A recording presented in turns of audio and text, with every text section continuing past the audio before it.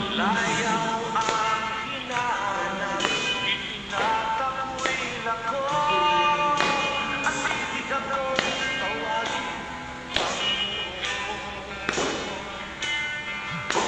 ako'y naghahanap ng tapat na ibig. Alipin, bibigatin na ang ikaw ay aking. Nagwawalang bahala sila sa kanilang kaligtasan. Sila'y nagpapanggap na mahal ako. Huwag mo akong tawagin, Panginoon, kung di ka naman susunod.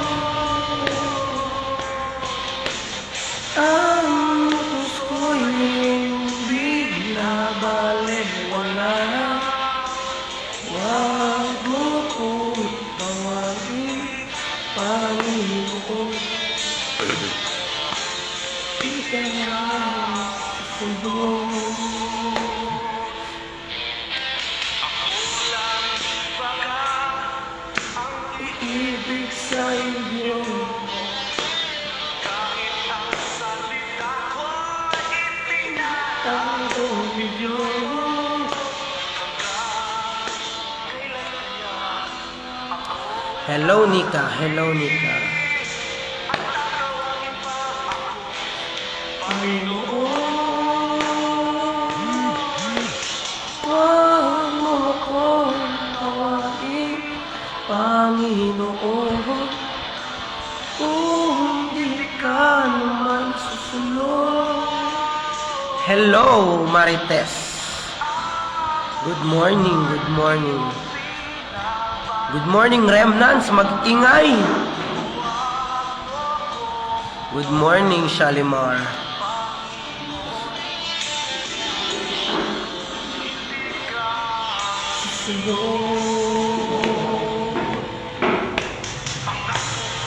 Iyong inaakin, ngunit utos ko'y ilumong ko pa rin. Mahal mo ako, kalooban ko, iyong luluin.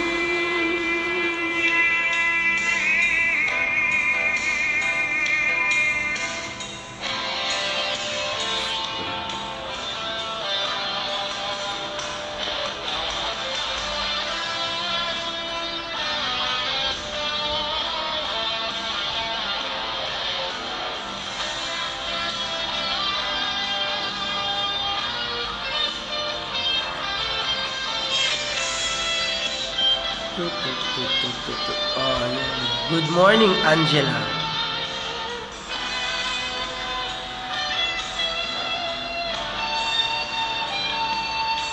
Yan, good morning, Ate Marie. Good morning. Good morning, Jenny B.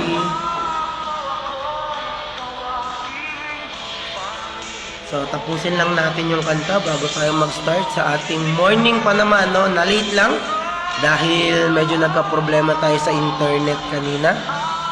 Ngayon, marami nang may internet, so wala nang problema. So, good morning, Rika. Ayan.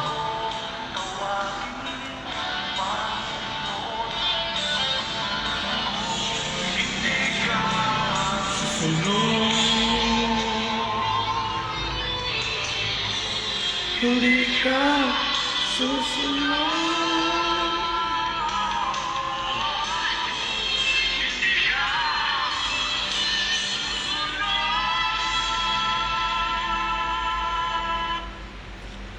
So, yun, blessed morning sa bawat isa. So, yung ating morning prayer with Jesus ay nalit sa kadahilan ng medyo nagka-problema tayo sa internet kanina, no? Wala kaming internet, no? Pero ngayon meron na, no? Kaya sorry kung nalit yung ating program, ang ating gawain. Ganun pa man, sabi nga, better than late than never. No, nagdahilan pa, no? Good morning, no? So, good morning, Ate Marino. Sabi niya, kamusta daw kami? No, okay lang po kami. Life must go on, no? Life continue. with God. So, yun po. Tayo po ay magsimula sa ating gawain sa pamamagitan po ng panalangin. Sige po, iniimbitahan ko ang bawat isa na yumuko at sumabay sa akin. Manalangin din habang ako po ay nananalangin. No? Ama naming nasa langit, maraming salamat sa umagang ito. Patuloy na ma-enjoy namin ang buhay nagmula sa iyo. At patuloy na ma-enjoy ang guidance mo simula hanggang matapos ang gawain na ito. Ama, ikaw yung maitaas, mahayag at makilala sa aming pag-aaralan, sa aming pag-uusapan. At patuloy lang nang matutunan namin yung nagmumula sa iyo. Ama, salamat sa pag-ibig mo sa tayong pangalan ni Jesus. Amen and amen. So yun, blessed morning po sa bawat isa. No, ngayong umaga ay syempre gagawin natin yung pinaka-importanting bagay, no, na pwedeng gawin nating mga tao, at yun na yung mag-aral ng salita ng Diyos, no. Tunay nga ng pag-aaral ng salita ng Diyos, lalo na sa umaga, no, sa pagsisimula mo ng araw ay napakabuti, napakaganda. Kasi diyan mo truly ma-enjoy yung buhay mo, diyan mo truly ma-enjoy yung araw mo. Sa pamamagitan ng pagsisimula natin sa pag-aaral ng salita ng Diyos, pakikinig ng salita ng Diyos, makikita mo ano man hirap ng buhay mo, ano man pinagdadaanan mo, nasa ang sitwasyon, posisyon ka man, no? Makikita mo yung ginagawa ng Diyos at yung kanyang kabutihan. At ngayon pong umaga, ang atin pong pag-aaralan ay pinamagatang The True Gospel and the False Gospel, no? Sa mga nanonood dyan, mamaya ako na kayo babatiin isa-isa, no? Sa ngayon, dako muna tayo sa pag-aaral ng salita ng Diyos. Muli, mapagpalang umaga. Ang ating pag-aaralan, sabi nga kanina, ay pinamagatang The True Gospel and the False Gospel. No? Sa panahon natin ngayon, marami ang gumagawa niyan, nag-share niyan, gospel. Marami ang may alam ng gospel. Pero paano ba natin malalaman if the gospel is false or true? No? Parang true or false lang pala yan. So,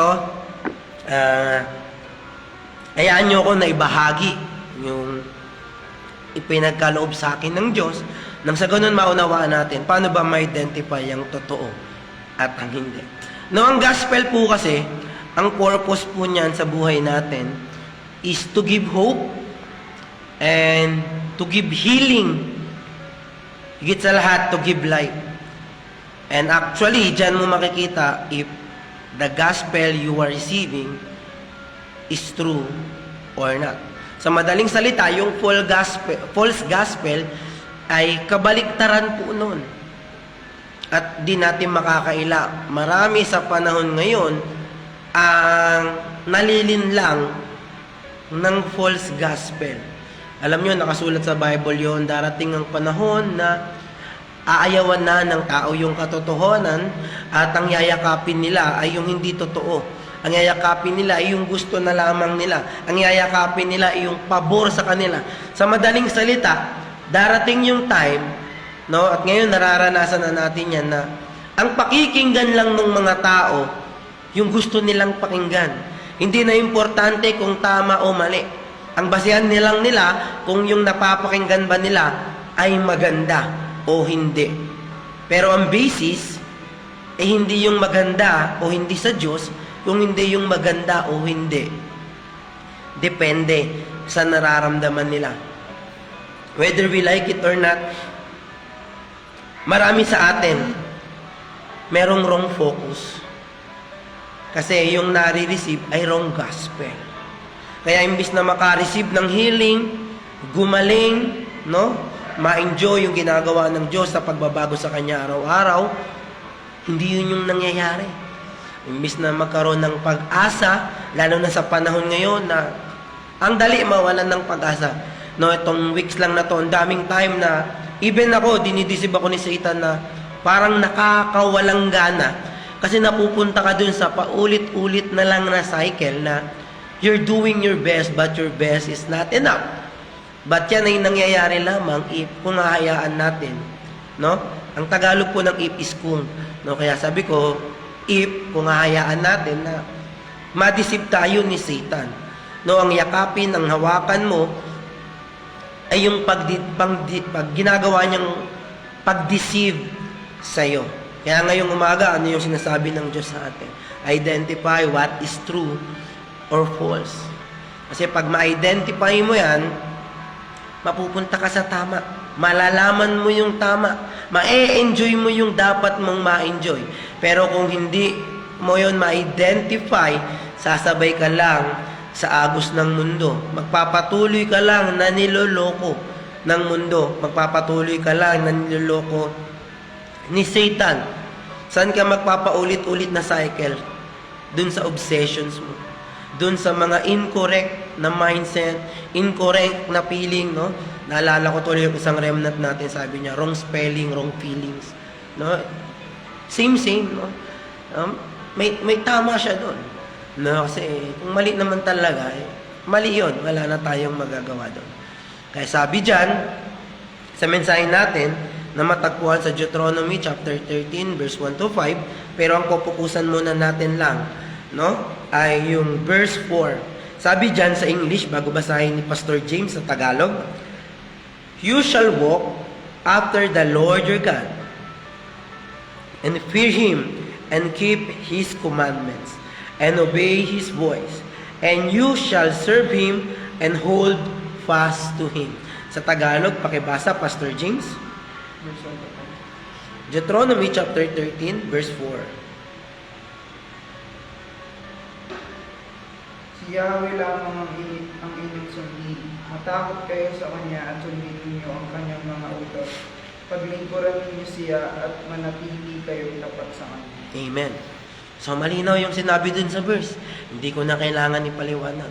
For us to enjoy what is true or what is false, we must serve God. We must imprint the past covenant in our lives. No? Nang sa ganon, ma-enjoy mo siya ngayon. Ma-enjoy mo siya ngayon. Maranasan mo siya ngayon. No? Yung past, pag sinabing past is past, hindi lang para kalimutan. Past is for us to learn. Ano ba yung dapat nating matutunan sa past? Ano ba yung dapat makita natin sa past? Huwag lang yung mga bagay na hindi mo gusto. Kundi yung mga bagay na dapat nalalaman at natututunan mo kung bakit nangyayari yun. Bakit binigyan ba tayo ng utos ng Diyos? Bakit ba siya may sinasabi? Bakit ba siya may pinapagawa sa atin? No, napakasimple lang. For us to enjoy the right things. For us to enjoy the covenant. For us to enjoy the future. For us to enjoy today. Because without the past, without imprinting His Word from the past, imprinting His Word every day, every hours, every opportunity that we have, madali po tayo na madidisib ng diablo. Sa totoo lang, ang dali sumama. Ang dali po sumama ng loob ng mga tao. Ang dali magalit ng mga tao. Ang dali magsalita ng pangit ng mga tao. Ang dali gumawa ng mali. Minsan nakakalungkot na katotohanan dyan. Christian na nga eh. Proclaim na. Declared na Christian. Follower of Jesus Christ na. Pero the way they talk, no, the way they do things, the way they approach people is not, no, kung paano ginawa yun ni Jesus, kung paano ipinakita ni Jesus sa atin. That's why today, pinapaalala ng Diyos sa atin na sundin mo siya, panghawakan mo yung kanyang salita, matakot ka sa kanya, paglingkuran mo siya. Kasi doon truly, ano po, ma-enjoy mo yung buhay mo sa paglilingkod mo sa kanya. Doon mo ma-enjoy yung pananampalataya mo. Doon mo ma-enjoy yung pananalangin. Doon mo ma-enjoy yung 24 hours, yung 25 hours. Doon mo ma-enjoy yung pangunguna ng banal na spirito. Doon mo ma-enjoy yung mga dapat na e-enjoy mo as Christians, as child of God, as children of the Lord, children of light, ano man tawag, as remnants, no, sabi nga ni Pastor James, as Stygians. Doon mo siya ma-enjoy sa paglilingkod sa Diyos. No? Hindi ko sinasabing madali. Pero sure ako na kung may imprint sa atin to, mag-root sa atin, maging nature natin, mahirap pero masaya. Mahirap pero masarap. No?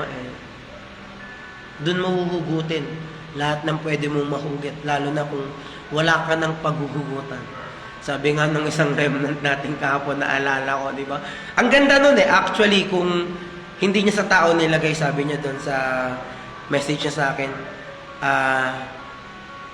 kay blank lang kakalampag. Actually, ang ganda nun, kung hindi niya pinokus sa tao, kung pinokus niya kay Lord na kay Lord lang aasa, kay Lord lang iibig, kay Lord lang. Ang sarap nun, ang sarap ng words na yun kung titignan mo sa tama. Lalo na kapag kailalagay mo na, Lord, yung salita mo lang yung pakikinggan ko. Lord, yung boses mo lang. Lord, yung covenant mo lang. Diba? Ang saya na ganun mo makita yung mabuting balita. Ganun mo makita yung good news. Ganun mo makita yung gospel. Ganun mo makita si Kristo sa buhay mo. Lalo na sa panahon ngayon na sinasabi mahirap ang buhay, no? Wala ka nang magawa. So ngayon election na naman, no? Nagtatalo-talo na naman yung tao imbis na magkaisa. Kaya imbis na mapabuti tayo, mapapasama. Why? Kasi kanya-kanya eh. Walang unity. Bakit? Kasi kanya-kanyang Kristo, kanya-kanyang Diyos. Ayaw natin magtulong. Ganun pa man, malinaw yung sinasabi sa atin ni God. Ano po? Focus on God, not on incorrect things. Kasi pag nag-focus ka kay God, everything will follow. So actually, yun yung ine-enjoy ko ngayon. Unti-unti. I'll be honest with you, hindi ko pa siya na-perfect. Pero, yun yung path na tinatahak ko ngayon. Yung kung paano, sa kabila ng lahat, alam kong nandyan yung Diyos at hindi niya ako pababayaan. And, dalangin ko na in the future, kayo din, yung mga nanonood, yung mga remnants natin dyan, yung 5,000 na nanonood natin, na joke lang. Nagsinungaling na yung 5 viewers natin, no? Ma-enjoy nyo pagdating ng future yung pagbabahagi ng gospel. Kayo yung magbibigay, sa pamamagitan ninyo, magkakaroon ng pag-asa yung mga tao. Sa pamamagitan ninyo, magkakaroon ng kagalingan yung mga tao. Sa pamamagitan ninyo, magkakaroon yung tao ng buhay. And that's true gospel. That's why sa bawat isa, sa bawat kapatiran natin, sa bawat nanonood, enjoy true gospel. Enjoy Jesus Christ in your life. Enjoy Emmanuel. Enjoy the grace and mercy of Lord. Enjoy God's love. And higit sa lahat, sa panahon natin ngayon, enjoy the guidance of the Holy Spirit. At doon po nagtatapos yung ating mensahe. So, ayun po. Maraming salamat sa bawat kapatiran po natin na nanonood, no? Meron akong paraan dito para makita kayo eh. Okay? Wala pala. So, yun, shout out sa mga nanonood natin dyan. No, kay Nika, kay Angela, kay Ate Grace, no? Ayun, mga kasama ni Pastor James na matatanda, tulog na po yata or nasa trabaho. No, kay Kuya Jerry, no? Good morning po sa inyo. Kay Ate Rica, at yun, kay Ate Maricanina. So, shoutout po, mapagpalang umaga po sa buhay ninyo. Yun, kay Alex, umabol. So, yun, nakita ko na siya. So, happy birthday, pre. Ayun, kay Elisha, no? Shout out. Ayun, so, blessed morning. So, happy birthday, Alex. Happy birthday, Kenneth. Happy birthday, Dimple. Rene, kumusta? Ayun, happy birthday kay Tatay Rene, sa tatay ni Dimple. So, happy birthday sa mga may birthday dyan. So, shout out. No? And I pray you all the best blessings. And I give you all the best prayer. Sige po, sa ating pagtatapos, tayo ay manalangin. At ipagpatuloy natin yung shout out. No, Ama naming nasa langit, maraming salamat sa umagang to. Bagamat ang gawain ay nahuli dahil sa anumang ginawa ni Satan para kami hadlangan, salamat pa rin po dahil hindi mo hinayaan na mawalan kami ng pag-asa at hindi tuloy ang gawain sa pamamagitan ng pag-iisip ng mga negative na bagay. Salamat Ama sa pagkakataon na ito na ma-enjoy namin ang pagbabahagi ng salita mo. Ma-enjoy namin ang pakikinig sa salita mo. Patuloy Ama, tinataas ko sa iyo ang lahat ng preparation na ginagawa ng bawat church. Yung practice na gagawin mamaya ng Antipolo, yung practice na gagawin mamaya ng Teresa for anniversary bukas. Ama, lahat ng iyon ay itinataas namin sa iyo. Ikaw yung manguna, ikaw yung maghari. Patuloy Ama, ikaw ang makilala sa lahat ng aming gagawin. Tanggalin ang bawat kahambugan. Patuloy kaming ibaba at ikaw lang ang itaas. Dahil sabi mo nga, yung mga nagpapakumbaba ay itataas mo at yung mga nagmamataas ay ibababa mo. Dalangin ko ang pagpapala sa Teresa, sa kanilang preparation, sa Antipolo, sa kanilang preparation. Dalangin ko din Ama yung mga taong gagamitin mo at patuloy ginagamit mo para mai-provide yung pangangailangan ng anniversary ng Teresa, mai-provide yung pamasahe ng mga taga-Antipolo, mai-provide yung bawat pangangailangan Ama. Alam ko kahit hindi ko na ito sabihin, alam mo kung ano yung nilalaman ng aming mga puso. Dalangin ko patuloy lang Ama na ma-enjoy namin ang paglilingkod sa iyo. Patuloy lang Ama na kung kami po ay nakalulugod pa sa iyo, patuloy kami ay gamitin mo pa. Ngayon Ama, kung sa tingin mo kami hindi na nakakalugod, ang ginagawa namin ay para na lang sa aming mga sarili, Ama, gawin mo po yung nararapat para sa amin. Gawin mo po yung nais mo para sa amin. Ama, turuan kami, patuloy ipaalala sa amin yung mga dapat na matutunan at maalala namin. Ama, patuloy tinataas ko din sa iyo ang bawat pamilya. Pagpalain sila, ma-enjoy ang kagalingan, kalakasan na nagmumula sa iyo. Knowledge, wisdom, understanding para sa mga kabataan.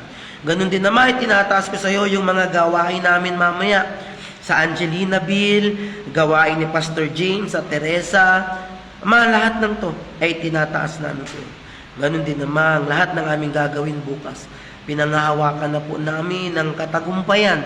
Patuloy nang magawa namin ay yung ikalalago namin Ama at ikalulugod mo. Ikaw ang mapapurihan, ikaw ang maitaas, makilala sa pamamagitan ng aming buhay. We may grab hold the true gospel. We may be share the true gospel. Ama, itong aming samot dalangin sa pangalan ni Jesus. Amen and amen. So, ayun, mapagpalang umaga po sa bawat isa. Wala akong sound system. Dynamite yun. So, God bless each and everyone, no? Good morning kay April. No, sino pa dyan, no, sa maganda sa paningin ni Pastor Paul dyan. Ayun, si Mayora Rica Rose Cabiltes. No? Ayan, sa maganda sa paningin ni Joshua Aquino, si Mary Grace Layug, no? At wala yung iba eh. So shout out sa bawat family. So wait lang, kukunin ko lang yung listahan ko ng bawat family. Pakuha yung notebook kong itim. No, advertisement tayo ngayong umaga. So wala ba dito pwedeng mag-acapella ng Dynamite?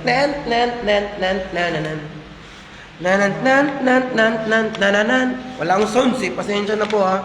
Pero dapat enjoy lang tayo. So na yung listahan ko ng mga may utang sa akin. Yun no. So ayan po. So ayan. So special thanks po, no? Pasalamatan natin, appreciate natin yung mga taong laging ginagamit ni Lord, no? So good morning Cristel Adja sa co-army ni Rica. No, salamat sa Hansarang United na magpa-practice mamaya, sa Jesus Remnants United na magpa-practice mamaya, sa New Found Hope na magpa-practice ng kanilang sayaw at kanta mamaya, no, sa anong pangalan, sa Stygians Down ng Teresa na magpa-practice din para mamaya yung mga binabanggit ko po, sila po yung may mga gagawin bukas sa anniversary ng church natin sa Teresa. No, sa mga mag-audio visual both in Antipolo and Teresa, sa mga cameraman at mga videographer natin. So mapagpalang umaga sa core leaders ko, no, sa mga kasama kong nagtutuyo ng kanilang utak, nagbabaliktad ng kanilang mga buhay para malaman kung anong gagawin. At syempre sa mga sponsors natin, sa Vaseline, sa Pantene, sa Sunsilk, joke lang. Sa mga sponsors natin, yung mga ginagamit ni Lord. No, and sa bawat family na alam ko naman, kasi ganito tayo sa Pinas, syempre, ang live pinapanood yan after ng live. Hindi siya pinapanood ng live. No? So yun, blessed morning, Ate Amelie, nakita ko yung kanyang picture. No, kaya shoutout ko na kayo kasi alam niyo, Pilipino, Pilipinas, ganyan tayo di ba? Ang live pinapanood yan after ng live. And after ko ng shoutout, dun po sila magpo-forum. Kasi ugali kong hindi sumunod Gusto ko lang enjoy lang. Kaya yung mga nakinig ng message, pwede nyo pong i-comment yung forum ninyo at akin pong babasahin. At guys, ready na kayo. So, shoutout ko na po yung bawat family, no? Na manonood mamaya kasi ganun, Pilipino No? Sa Pabon family, sa Melchor family, Blanco family, Arisa family, Manuel family, sa Rushe family, no? Sa family din ni Brother Dong, sa family ni Muksanim Kim Sukhi, sa Malapad family, Cervantes family, sa family ni Muksanim Kim Yungsu, sa Adja family, no, yun yung kasama lagi ni Pastor Chris and Pastor James every morning. Kaso tulog na po yata ulit. Sa Gamo family, Melendez family, Crisostomo family, Lico family, no, Castillo family, Moreno family, Cabiltes Lanya family, Layub family, Polido family, Duran family, Sereno Lina family, Ibanez family, Baaw family, Haiktin Sebial family, Duhay Lungsod Pelingon family, sa Arias family, Brigola family, no, kay Tatay Rabaca, sa kanyang family, sa Dispay Bailaderas family, Marquez family, Abanyo Bacali family, Anire family, Leiba, Leible, Ocampo, Bernal, Asilo, Maldo, Villanueva, Jolata, Baksa, Oliveros, Cobilla, Adolfo, Marcuri, Piel, Ablete, Senerol, Buenapol, Isguera, Puresa family. So, shout out po sa bawat isa. Dalangin ko na ma-enjoy nyo yung salita ng Diyos.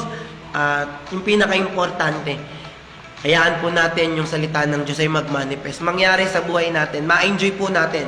At ngayon naman po, tapos na akong bumati, syempre, nakita nyo naman. So, dadako na po tayo sa ating forum. So, ang una po magpo-forum ay si Kuya Ryan. So, Kuya Ryan, lapit! Sabi niya, nagtuturo po siya. Kinakabahan. So, ayan na po. Kuya Ryan, so, ayan. Dito ka, Kuya. Yun ang pogi. Ang tawag po sa gupit niya ay Kimpi. So, ayan po, mag-share na po siya ng kanyang forum. Ang nanawa ko sa mensahe ng Diyos na inir ni Pastor PJ na patuloy pa rin natin yung kanyang mga salita, no? Kahit na sa panahon ngayon na karamihan sa atin na mga tao na nadidisip tayo ni Satan.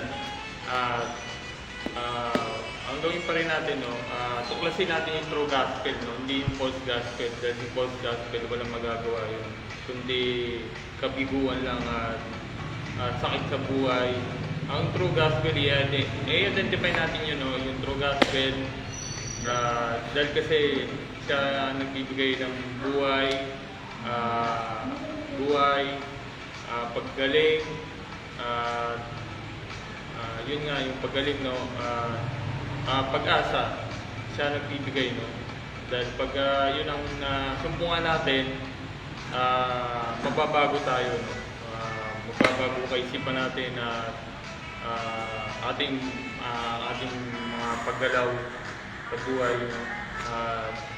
Huwag tayong patisin kasi hindi mag-focus pa rin tayo, patuloy pa rin tayo sa Panginoon Diyos, dahil sa Panginoon Diyos lang ang lahat ng kabutihan, siya lang ang mabuti sa lahat at handa niya tayong tulungan sa mga anumang bagay. Yun po. So, ayan po, siya po yung advertisement ng Asus. So, nakita niyo po yung damot niya, Asus po yun. So, tatawagan ko naman si Kuya Jeff, yung pogi natin si Kuya Jeff. So, ito po ay, no? Wait lang po, inaayos pa po niya yung kanyang buhok. Ang tawag po sa kanyang buhok ay bukang liwayway, no? So, Palakpakan natin si Lord sa buhay ni Kuya Jeff. Woo! So Kuya Jeff, dito ka. Ang saya-saya niya lang po. So ayun, ang tawag po sa kanyang buhok ay bukang liwayway. Ayan po, napanghawakan ko po doon sa mensahe ng Diyos na inihayag ni Pastor PJ na yun nga na magtiwala tayo sa salita ng Diyos, no, na huwag natin paniwalaan yung mga false prophet na nag-share ng hindi tama na salita ng Diyos na po, na panghawakan natin yung salita ni God na siya lang yung tanging daan, no, na makapagligtas sa atin. Amen. Ayun, so siya po ay sponsor ng JUG. So shout out po sa JUG. So baka naman. No, next, ada natin si Remnant Princess. No, ang tawag po sa buhok niya is Lion King in the Morning. So ayun po si Remnant Princess. So shout out Kuya Marco. At yan po, meet our Lion King. Sige. Ayan yung naunawaan ko po sa mensahe ng Diyos ngayong araw na kung gusto po natin enjoy yung salita ng Diyos, yung mga sinasabi natin, yung tanggapin natin si Jesus Christ sa buhay natin. Maglingkod tayo sa Kanya. At ayun po, enjoy lang po natin yung mga bagay-bagay sa mundo at huwag po tayong magpapadisip at huwag po nating hayaan na sa isang sinabi lang sa atin or nakita natin is pinaniwalaan natin agad kasi maraming mga tao ngayon na basta-basta naniniwala. Kaya doon tayo nadideceive. Tapos na huwag nating hayaan na mawala yung pananampalataya ng dahil lang sa galit. Huwag nating hayaan na malayo tayo sa Diyos dahil lang doon. Amen! So yun po, tatawagin natin sumunod ay sponsor ng kagandahan, pero pango. So tatawagan natin si Remnant Shalimar. No? Mapagpalang umaga po sa bawat isa. Ako po si Remnant Shalimar at nanunawaan po po sa mensahe ng Diyos na ngayong araw po sa PJ na enjoy natin yung pag-share ng gospel. Kasi doon sa pag-share natin ng gospel, marami tayong buhay na nililigtas yung mga taong nawawalan ng pag-asa. Is nagkakaroon sila ng pag-asa na mabuhay. And nagkakaroon sila ng buhay na walang hanggan. And also, i-enjoy natin yung guidance of the Lord. Enjoy natin yung God's word. And enjoy natin yung God's love. Yun! So yun po, tawagan natin ang sponsor ng Army Clothing. No? So, ano yung damit niya? Ang sponsor ng Marines. No? So, si Pastor James. Palakpakan natin si Lord sa buhay ni Pastor James. Woo! Shout out! Ako naman po, naiintindihan ko sa message ni Pastor BJ is dapat matuto tayong alamin yung false gospel tsaka yung true gospel. Kasi pag false gospel yung nalalaman natin, yung false gospel is papahamak tayo at yung true gospel, dapat yung ma-enjoy natin. Enjoyin natin na kasama natin yung Diyos, enjoyin natin na nagtitiwala tayo sa Diyos, hindi kung kani-kanina lang. Kasi kung magtitiwala tayo kay Panchipulate o kung kanino mang kung kahit kanino, kung hindi natin alam yung tunay na gospel, ikakapahamak natin, sabi nga diba sa Bible. So, learn how to trust God, to believe in God in everything. Yun lang po. So, yun po. Maraming salamat. So, kung na-enjoy nyo yung ating morning